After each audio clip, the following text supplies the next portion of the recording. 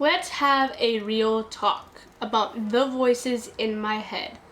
I have schizophrenia along with another mental disorder known as borderline personality disorder, and I have been asked to do a video about the voices inside my head. Now, I was planning on doing this video anyhow, but I wasn't sure when I was going to do it or film it, so I figured I'd do it now that I got a lot of things in my life figured out and situated, that I can remember some of the things in the past. When I say remember is I do tend to forget a lot of things that's happened in my past until it's brought up to me. So lately, after I've heard that someone wanted this video, I listened to what people brought up, like my husband, etc. And I've gone through some of my old journals to remind myself of the things that's happened in the past that involve my voices. Normally a person would not forget something that is as traumatic as some of these voices can do or say to you, but it is possible for your brain to block out some trauma that's happened to you in your life. So that is why I took some time to really think about the things that happened and that bring up the voices. Now, the voices are not really traumatic to me anymore since I've grown up and I've realized what they are, I realized what I have and what I need to do to take care of myself. But I figured I'll tell you what I remember. I do have a list.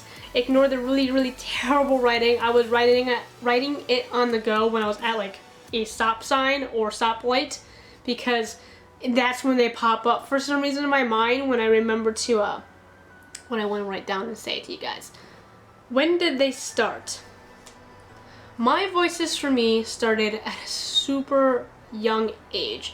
Originally, I had thought that they were imaginary friends or an imaginary friend, but my imaginary friend was not outside of my mind where I made some creature up and it was there playing with me. My imaginary friend was a character from a show I watched named Gargoyles, the red gargoyle, and I never remembered his name, so I always called him Red. And he was only in my head though. I knew he was not outside, he was in my head, and I would always imagine him in my head talking to me.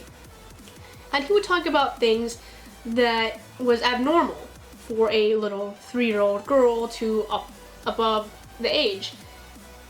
Like what is good to do, what is bad to do at a young age.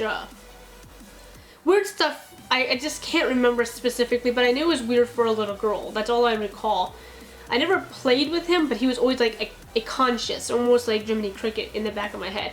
So he was a good voice for a long period of my time, and when I started realizing he was an imaginary friend is when I was 9 and something traumatic happened to me, and I still had him in my head. When I was 9, I had a friend, and we stopped being friends in a very traumatic way, and I got really dark suddenly. For a 9-year-old, I got really dark. I wanted vengeance. I wanted to put them in pain, which is very weird for someone that age. My life was full of that type of stuff. That's why I need to go see a psychiatrist. But I was very vengeful all of a sudden, and I could hear him turn from the conscious of what you should do to get revenge. You need to get revenge. Put them in pain, make them suffer. Now, I never did anything to her.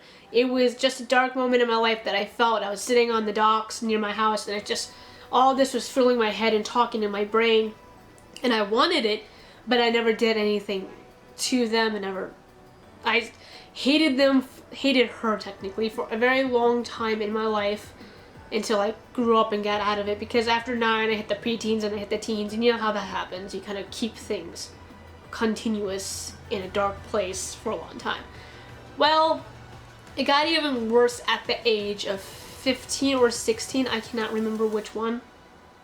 Another thing happened in my life that made it super traumatic in my life. Probably the most traumatic I've experienced that I can recall. I had gone through a breakup that is a little hard to talk about because it's not a normal breakup.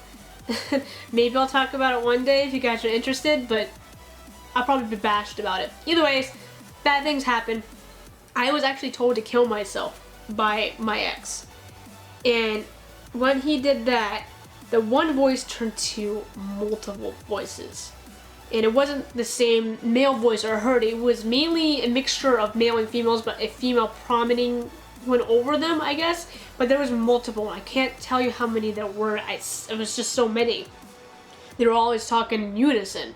And they turned very, very dark. And not just dark against, like, my ex. It was dark to me. They told me to kill myself, that I'm not worth living, that no one cared about me, I was not worth fighting for. I deserve to suffer. I always put people in pain. I'm not a good person. I don't have any goals in life. I don't have any dreams, and anything that comes into my life becomes shit. So they turned into awful, awful ramblings in my head that happened every night for 5 months straight. 5 months straight. I could not sleep at night because these voices kept going. And I could only sleep during the day, and sometimes I would literally go days without sleep because it was just a cluster of horribleness in my head. And the only thing that calmed me down was me stringing my guitar that I had back then, which I don't have now. And not even playing video games would help, which is a thing now, is a coping mechanism for me to handle my episodes. Back then it was so bad, and during a traumatic time during my teen years, which are still growing and the emotions in your head are just going chaotic as it is, it just got stuck. And I had 5 months straight, and then all of a sudden it stopped.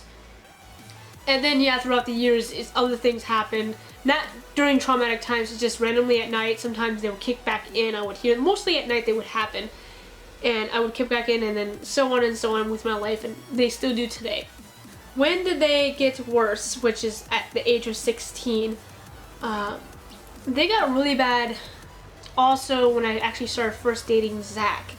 But instead of talking to me, they would start screaming. Like screaming at the top of their lungs. Like they were dying, or I'm dying, and they would just start screaming so loud that I would be on my knees, having my hands over my ears thinking, not thinking that it was outside, but thinking it would help me in some way. So they did go from yelling at me to screaming, and sometimes it would mix between the two, from screaming to suddenly yelling at me and then screaming again, and it was just a conflict of a lot of things that would eventually trigger my borderline, and I would just get angry or depressed or something very emotional that I couldn't handle. And a lot of people back then who were with me couldn't handle it either, and so they would start yelling along with that because they didn't know how to handle it. Some of them didn't even know if it was real because you can't see the voices. You don't know if they're there if you're not the one experiencing it. So a lot of time it's hard for people to realize that that is happening in someone's head, and it is real for them. It's super real. Like, I think it's real in my head when it's happening. You can't tell them to shut up because they're not going to listen to you. That's the whole point of them. Did they have names? The only one that had a name was the imaginary friend I had in the very beginning, which I named Red, and because that's how I recognized the gargoyle when I was like 3 years old. He was red, and he was my favorite for some reason. I don't even know why. I haven't seen the show in ages. He kept that name till I was 9, and then when he switched from that normal like Jiminy Cricket kind of voice to something else, it tore the reality of that childhood imaginary friend to, this is not an imaginary friend, this is something else, and I didn't give it a title anymore. I don't have a title for them, I just call them the voices. Am I afraid of them? I was super afraid of them back when I was younger. Especially when I hit 16, and what happened, I was afraid of nighttime. And I love staying up at night. I like to roam around the golf course at night, blah blah blah. Being a teenager, when I was a teenager. And I like darkness. Darkness was a great time to lay in bed with next to your best friend and just talk about random stories that you were really into, and you can imagine it because in the darkness for some reason the stories would kind of come alive and everything. But then when I hit that age and I started hearing the voices, it was like it cracked in my brain and the schizophrenia was set free kind of thing. And when the voices came, so did the hallucinations, or got worse than normal. I started seeing a lot more things. I started having worse delusions than I had in the past, I think. I had some weird delusions back in the past. So it basically unlocked another category of what was going in my head. Secondly, why it was scary for me back then is I didn't know about schizophrenia much back then. I didn't hear about it much at all. Even in the media, when you hear about mental disorders in movies, they don't give you a specific sometimes. They just say, oh, that person's mental or crazy or psychotic. They didn't give titles to those mental disorders, so I didn't know anything about schizophrenia. I didn't hear about it until I went into psychology that following semester of school. And my friend who lived in Indiana at the time, who was also really close to me and was learning about these things with me while I was experiencing them, she told me about schizophrenia also, but she told me about paranoia schizophrenia. Being paranoid about a lot of things and seeing a lot of things and hearing a lot of things. Eventually in 2009, if you had seen, I had a possible seizure, and then I was taken to a neurologist who took me to a psychologist, and he said I also had paranoid schizophrenia. Like, that was the first thing off the bat that he said I had. So I figured out what it was and I became less afraid of it until it would happen. And when it did happen, I tried controlling it as best as I could, which is not easy to do at all because it's something you can't just put your hands on and say no kind of thing or shut up or anything like that. It's something that makes you feel like you're a cage in your own body and you almost feel like it can take over you at any second. And that's a scary thing. Because when it's telling you to commit suicide, in my personal aspect, I suddenly feel like my body's being taken over by something and it's trying to make me commit suicide. You know, it doesn't always happen, obviously. But I have gotten close in my life. If you can see these are all scars. These were all created when I was 16 during that big time of voices when they happened every night and I couldn't escape them and they were getting worse. I would almost cut every single night because it just all of a sudden I felt like I lost control of myself and I felt they had controlled me. Nowadays at 26, so 10 years later, I haven't learned to mastermind the situation, but they don't come out as often as they did when I was a hot mess teenager. That doesn't mean they won't get worse in the future. Schizophrenia can and will get worse in the future if not treated and if your living situations get worse and stress becomes to build up again. I do get them occasionally. Actually, I just had an episode yesterday with the voices personally where all of a sudden I felt like I was closed in my body. I could hear them not like screaming or yelling or anything like they normally do. They were like whispering in the back of my head and I couldn't hear them like really there, but I knew that they were there whispering, but I couldn't hear what they were saying. And it just became so much that I just ended up like putting my hands on my head and it kind of curled up in a ball and started crying. Because that was the first time I had heard them in maybe 3 months. And then prior to that 3 months, I hadn't heard them in like 2 years. Unless if it was like a really small case or only happened for like 5 minutes and then it was done. So I'm not so afraid of them now since I'm trying to remind myself it's not real, it's just in my head.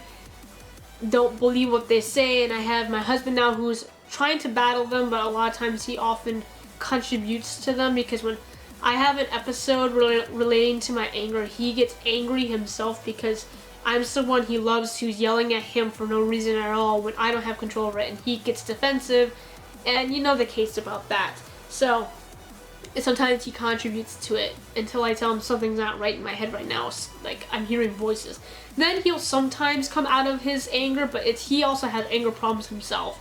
So it's like, we haven't quite figured it out yet. The last question I have is how many are there? Like I had mentioned, I don't really know. I was asked by my psychologist the same question. He asked, is there 2 or is there 3 of them? I said, no, there's like maybe over 10 and they all talk at the same time. Always at the same time. He said, that's weird. There's usually never that many. He said to me, is there any specific voice that's familiar with you? Like, is it one of your parents? Is it you? I said, no, I don't recognize any of the voices. And that's true, I don't. But I do know that maybe it was a voice in my past that got locked in my brain and I don't remember it now, and it's just now it's kind of, you know what I'm saying, coming back, but on an unconscious or subconscious level. But I personally I can't fit them anywhere to anyone I know at all. And he said that's also odd. Usually you can recognize the voice. Usually it's your own or it's someone in your family that you feel like who dominates over you, like your father or your mother figure. I said, no, I have no idea. Now, I don't have any more questions on my little thing because I couldn't remember anymore. So I'm going to bring up a few things that are probably going to be brought down in the comments below. People say that you can hear voices when you're depressed. This is true. You might not have schizophrenia, but you can have voices when you're depressed. My sister was very young and she would hear voices, but when she went to this, she had to go to a hospital for it. They had originally thought that maybe she was doing it because her father divorced with my mother and we're half sisters and everything, and that she was going through a young trauma as a young age and was making these things up. But they said it could also contribute to depression. Depression can cause voices in your head. Now, I do fully believe that is possible. I notice that a lot of my voices usually come out when I'm suddenly angry or sad, like in a deep, deep anger or sadness. But they also come out randomly for me too, and I've had them for majority of my life in my young age when I wasn't depressed at all. So I do believe I have schizophrenia, and it's not a depression thing. Why I believe that is because I have had severe delusions and severe hallucinations. Not like dwarfs walking around my room or anything like that. It's something, I call them like shadow people, because usually it comes out of shadows that I see them, or darkness, or a split second, and it's usually at nighttime, but it doesn't have to be full on black. It can be, when I was outside, we used to rollerblade every night. There's a street light, and then I would see something against my garage door, like taller than my house. So I have other symptoms of schizophrenia that adds it up to schizophrenia instead of just voices from depression. So I want to eliminate that for those who think that I'm not schizophrenic and it is just depression.